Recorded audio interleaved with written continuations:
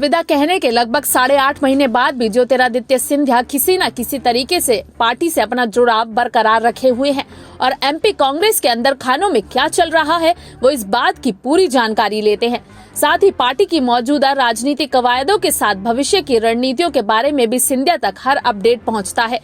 खबर है कि सिंधिया तक कांग्रेस की अंदरूनी जानकारियां कोई और नहीं बल्कि सिंधिया के वफादार ही पहुंचाते हैं, जो कांग्रेस संगठन के अलग अलग स्तर पर सक्रिय और पदस्थ हैं। सिंधिया के ये वफादार उनके एजेंट की तरह काम करते हैं, जिनकी ड्यूटी सिंधिया को कांग्रेस की हर जानकारी मुहैया कराना है।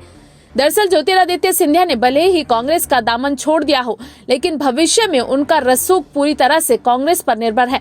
एमपी खासकर ग्वालियर चंबल अंचल में कांग्रेस जितनी कमजोर होगी, सियासत के फलक पर सिंधिया उतने ही मजबूत होंगे और कांग्रेस को कमजोर रखने के लिए उससे जुड़ी सभी जानकारी सिंधिया तक पहुंचना जरूरी है। इसलिए वो हर तरह का अपडेट लेकर पार्टी की आंतरिक रणनीतियों पर नजर बनाए रखते हैं। खबर तो यहाँ तक है कि बीते दिनों डॉक्टर गोविंद से जुड़े घटनाक्रम की जानकारी सिंधिया को पहले ही पता चल गई थी। कांग्रेस का एक वर्ग तो गोविंद सिंह के खिलाफ इस उपजे विरोध के पीछे भी सिंधिया को ही जिम्मेदार मान रहा है। हालांकि इस बात में कितनी सच्चाई है ये तो वही जाने। सिंधिया को वैसे तो बीजेपी ने बहुत कुछ दे दिया, लेकिन फिर भी उनके अंदर एक तरह की अनिश्चितता कायम है और उन्हें लग रहा है कि बीजेपी के अंदर खुद को मजबूत करने के लिए व्यक्तिगत मजबूती बहुत जरूरी है।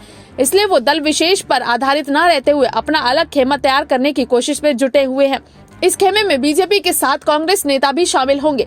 इसे सिंधिया पर आधारित व्यक्तिगत संगठन भी करार दे सकते हैं। जैसा कि हमने कांग्रेस में एक्टिव सिंधिया के वफादारों का जिक्र किया, वो भी बीजेपी के लिए नहीं बल्कि सिर्फ सिंधिया के लिए काम कर रहे हैं। जाहिर है कि इसके लिए उन्हें सिंधिया की तरफ से विशेष आश्वासन मिला होगा और संबंधित नेताओं की अपेक्षाओं की पूर्ति किस तरह से करते हैं ये देखना दिलचस्प होगा।